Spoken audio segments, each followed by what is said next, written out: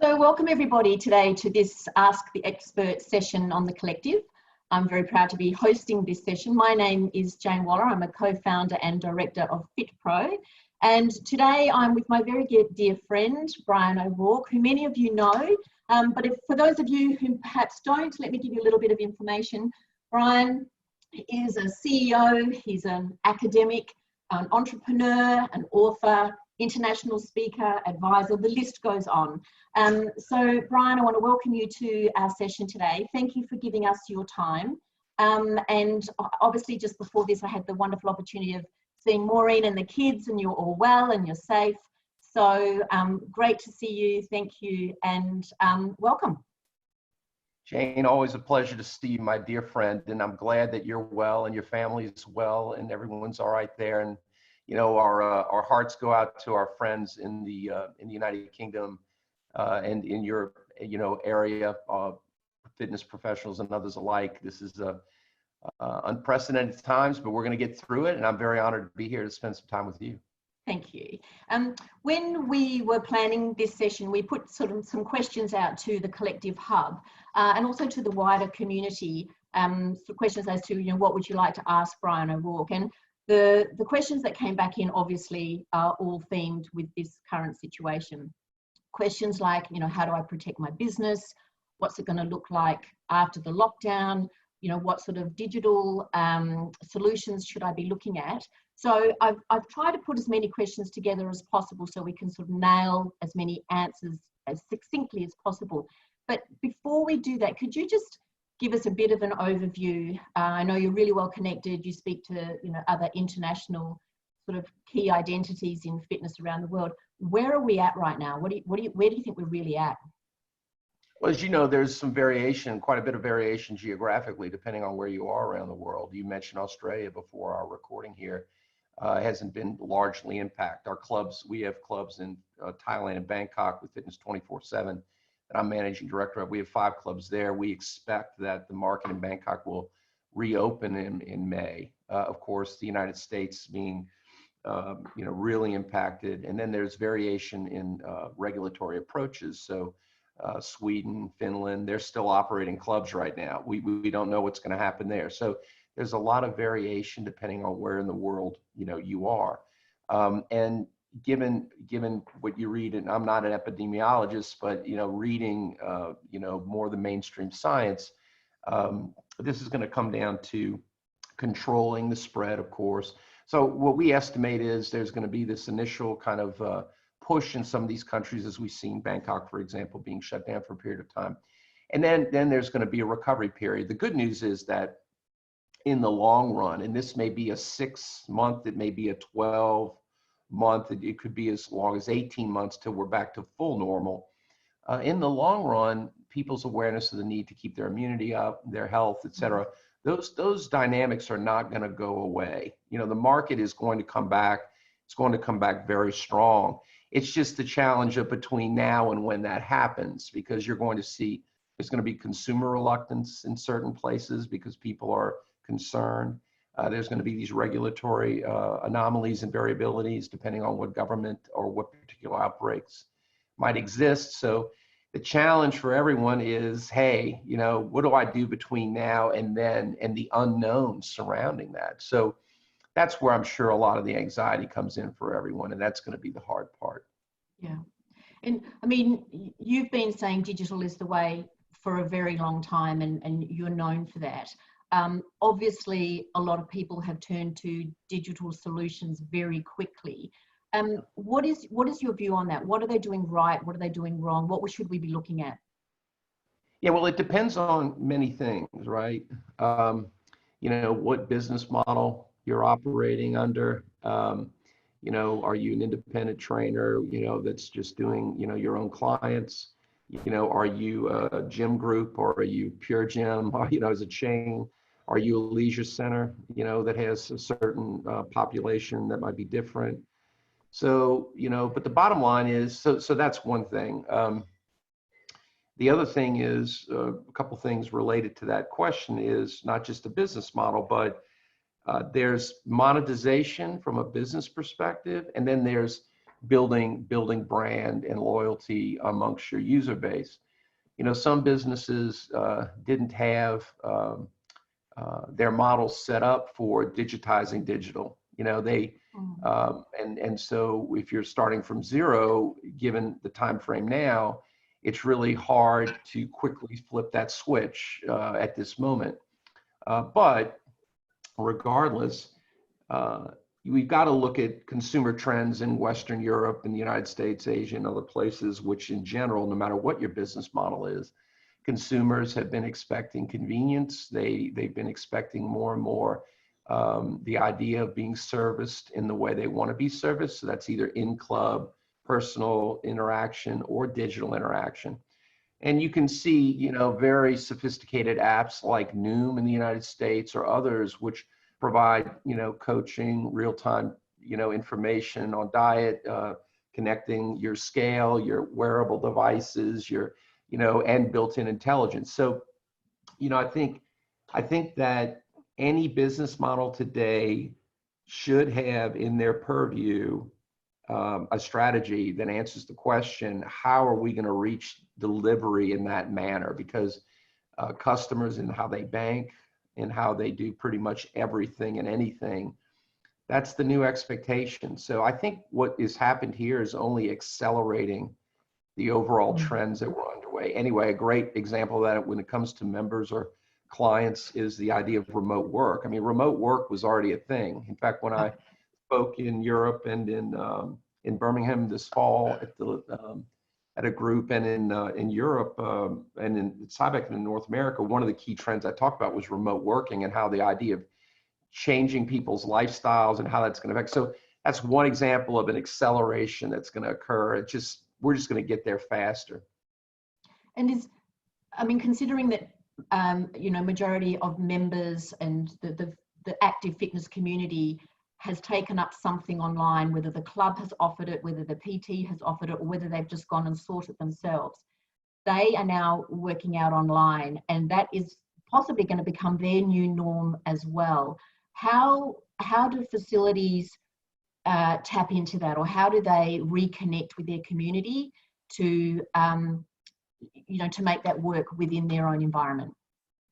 Yeah, and again, it depends on where they started from, right? Yeah. So the simplest way, obviously, which a lot of people are doing, some of which makes me cringe, some of it's excellent, is, sharing content on social platforms effectively that's meaningful. That's the kind of baseline if people can do that. But then there are other platforms, enterprise platforms. There's what's called OTT, over the top. There are many different platforms that enable doing that very inexpensively. One of our companies, Vertimax, of course, we launched an OTT solution for content and workout for sports performance training a year ago almost. And it's very inexpensive to do that. There are more sophisticated platforms as well. I don't want to plug a particular brand, but there are many of them, be it Wexer or, Virtua, or, I could go on and on and on a list, Trainerize, many different groups that provide either individual trainers or organizations like leisure centers or others to deploy content at scale. Equinox is probably the best in the world at it with their apps, which they incorporate actually data and forms of machine learning that really personalize experience both in club and out. So I think that the way to do it is to decide how do you want to monetize, and then figure out your platform you want to use and why. And there's pros and cons to these things. So I don't want to be cavalier in providing a blanket solution for everyone, because it's a function of particular circumstance, particular business model, and where you started from and where you ultimately need to be. Now, for individual trainers, I think the idea of health coaching, which is an emergent trend, the idea of using, some of the platforms, there are plenty of solutions that enable professional fitness folks and to service their clients in an omni-channel way and to monetize it. And there are many examples of people around the world. You can Google it, or you can look at one of my presentations I could share with you on folks that are actually doing that, and quite a bit. So there is a business model there for professionals if they are willing to spend a little time figuring out the best platform to apply. And regardless of business model, just as a sort of a quick answer, I'm presuming that you're suggesting that after this, facilities or individuals, as I said, regardless of business model, are going to have to offer an online option as well. Yeah, I think so. Now, not everyone is going to have to. You know, I'm sure there are going to be some old school ironclad type gym concepts that appeal to a certain group of people. But I think in general, you're going to need to have an integrated digital solution. Absolutely. If you're going to be able to be relevant. Just looking at some of the questions that we've had through. Here's one: is digital member retention harder than in-club retention? Yeah, that's a very good question. Obviously, because the number of brands that actually offer real digital memberships is not that broad, you can't be definitive. What I've seen from Basic Fit, which does it, and others are pretty good numbers. Usually, though, it's been seen as an add-on. You know, it's usually marketed as an add-on. I think Basic maybe at €4 a month or something like that for their add-on app. Now, in other instances, like in certain trainers who have studios that offer content around the world, or if you look at Peloton's public information, I would say that the retention rates tend to be similar to their extant business model, their bricks and mortar at this time. And again, that's a function of how they actually, bill that and how they kind of package it. So, I think it's early days to be definitive in saying it's better or worse. I don't think right now we could discern a significant difference between the two. Yeah. Another question: what should operators be doing during this time to prepare for reopening? Yeah, that's a real hard. Again, I would say simply put, number one thing is to be very conservative, and I would think have a very conservative near-term view of your business. Obvious, when it comes to eliminating costs that you don't need to spend money on, but at the same time, being flexible, because as we mentioned before, the variations in government regulations around lockdowns, they're going to vary. The notion of even loosening up and maybe coming back to needing to do some other regionally focused lockdowns depending on any breakouts. So that could be a real thing. So I think very conservative in the near term, knowing this is all going to, reemerge and be okay, and be flexible. Try to keep a mental flexibility, because there are going to be potentially unforeseen consequences. So as much as possible, be conservative in your financial approach to the market. Use this time to work on content, to work on digital platform solutions that you can figure out. Prepare yourself while you're watching what's going on, and then be prepared to react when those opportunities open up. That's really general, Jane. I'm sorry, but I mean, it's going to vary quite a bit depending. Yeah, I mean, I don't think anybody has the actual definitive answers. It's just it's hard. It's a big pot out there. It is hard. What do you see as the opportunities coming out of this crisis, and what effect will this have long term? So I think $60 million question. Yeah, no, I think it's the have and the have-nots generally. So businesses that are better capitalized, that can, sustain the near-term shock to the system, are probably going to take clients away from others that weren't so prepared. So I think, for the lack of a better word, there's going to be a culling. In the United States, large percentages of the boutique market never were really that profitable. So, I could see in the United States us losing between 20 and 30% by our modeling of physical locations in the next 4 months. But a lot of those were probably not going to be around in a couple of years anyway. Not trying to be, insensitive.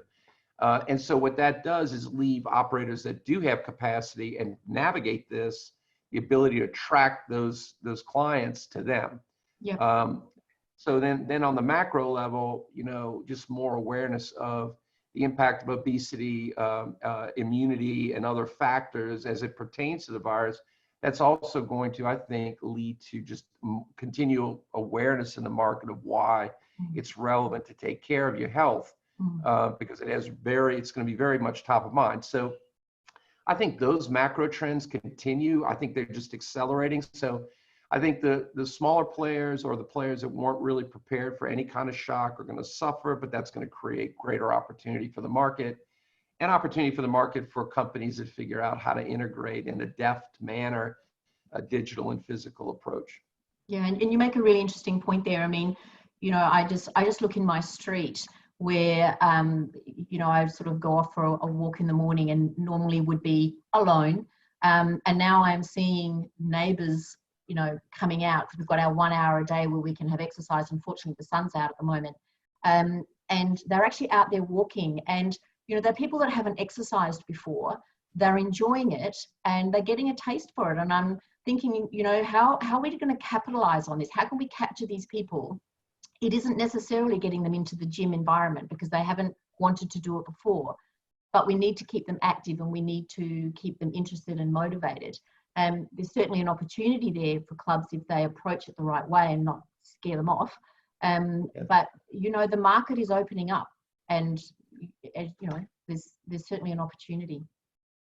Yes, the idea of health, right? In general, it's not just about having ripped abs, so, I think that's the larger opportunity. And of course, UK Active, and there's a lot going on in your neck of the woods relative to that kind of theme of public health, which is spot on. Yep, it's true.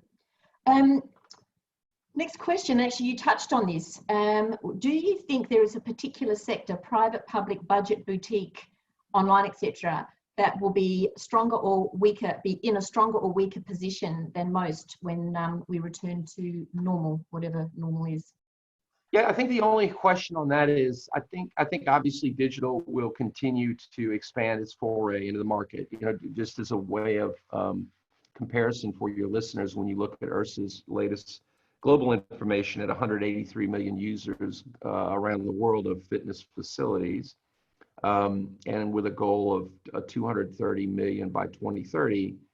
By comparison, over 1.2 billion people used apps and digital tracking devices, not including smartwatches, last year alone, and that has been growing at double-digit rates. So I think digital will continue to advance its entrance into the world and as an available alternative. So I see that continue to grow. I see it being a big winner. I think the only question mark in my mind is how the budgets are going to fare that are counting on 8,000-9,000 members in a crammed space in the near term because of people's reluctance to go to a cattle call. The other thing is, capping group fitness classes and those type of things for distancing. And so I don't know, my hunch is that there may be some in near-term adverse impact on larger operations that are depending on much greater numbers of people attending them. I think that, for example, in the States, Alloy and Rick Mayo, who we work with, his center, which really focuses on, small groups, and their model's designed for that. So setting up 6 people, 8 people in a small group training environment, it's much easier to adopt and reliably convey the fact that you are very safe training there because there's a lot of space. You're not going, and it's easy to see that these things are very clean. And at the same time, they provide very hands-on remote digital interaction with their clients. So their model, they get much higher prices, but their model will probably be less adversely affected as a result. And so I could see certain smaller operations really being helped with that. And I could see independents figuring out a way to digitize and providing even one-on-one training physically with certain clients. And I think people will pay for that, that have any trepidation about going to a larger facility. So that's my kind of general recap, if that makes sense. Yeah, totally. Question here, now that members have broken their routines from the gym and made a new routine online or at home, could this become the norm, therefore not as many returning gyms and deciding to cancel memberships instead? I mean, I guess we've sort of covered that in some of the other some of the other questions.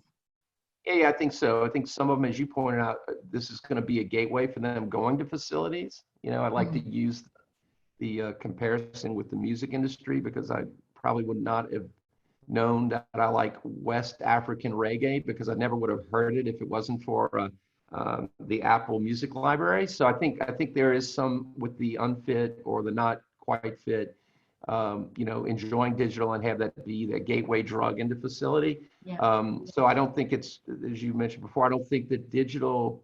I think digital will draw some clients away from facilities, but I think there will be as many that are attracted to facility that wouldn't have known. And then I think that for brands that are Yeah. super smart, if they integrate both those things well, they'll Yeah. actually be a Win. factor.